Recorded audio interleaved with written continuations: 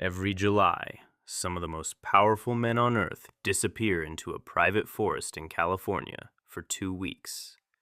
No cameras, no press, just redwoods, secrecy, and a 40-foot stone owl.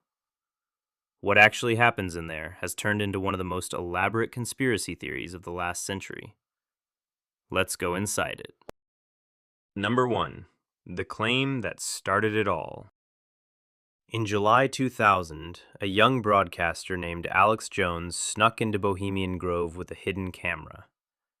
He filmed part of a ceremony called the Cremation of Care.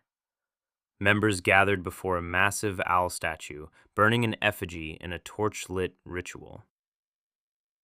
Jones didn't just report what he saw.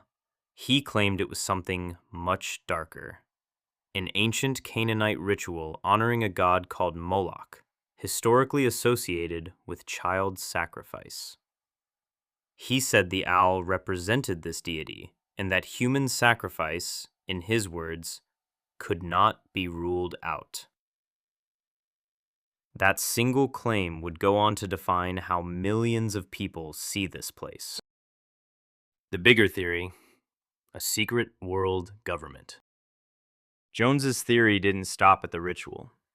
He argued Bohemian Grove was something much bigger, a private meeting ground where global elites secretly plan world events, wars, economic policy, and what conspiracy theorists call the New World Order. And there's one real historical detail that gave this theory serious fuel. In 1967, Richard Nixon gave a policy speech at Bohemian Grove. Despite the club's own rule that business and politics aren't supposed to be discussed there. To believers, that wasn't a minor exception. It was proof that the secrecy went deeper than anyone admitted. A real broken rule, wrapped inside a much bigger claim. Number 3, the symbolism theorists point to. Believers point to specific symbols as evidence. The owl, they argue, isn't just a mascot. In occult folklore, owls are sometimes linked to secret knowledge and hidden power. And theorists tie this one directly to Moloch worship. The robes some members wear during the ceremony, the isolation, the armed security, the refusal to release a membership list. Individually, none of these prove anything sinister, but stacked together and fed through the lens of an already suspicious audience, they became the foundation of a theory that spread across the internet for over 2 decades. Number 4. What happens when someone believes it completely? Here's where this stops being just an internet theory. In January 2002, a man named Richard McCaslin broke into Bohemian Grove at night, armed, wearing a costume, and prepared for violence. He later told police he went there to stop what he believed were real human sacrifices happening inside, a belief built entirely on Alex Jones's documentary. He expected armed resistance. He was prepared to kill people to expose what he thought was really happening.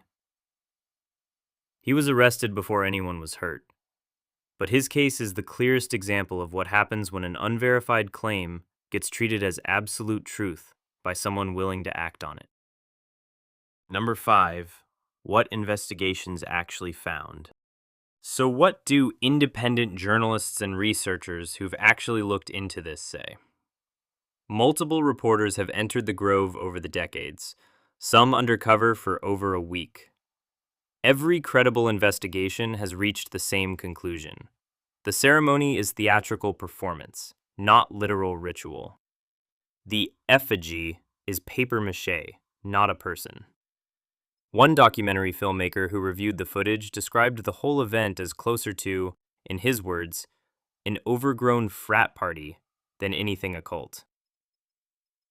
The secrecy is real. The ceremony is real. The human sacrifice claim has never been supported by a single piece of verified evidence.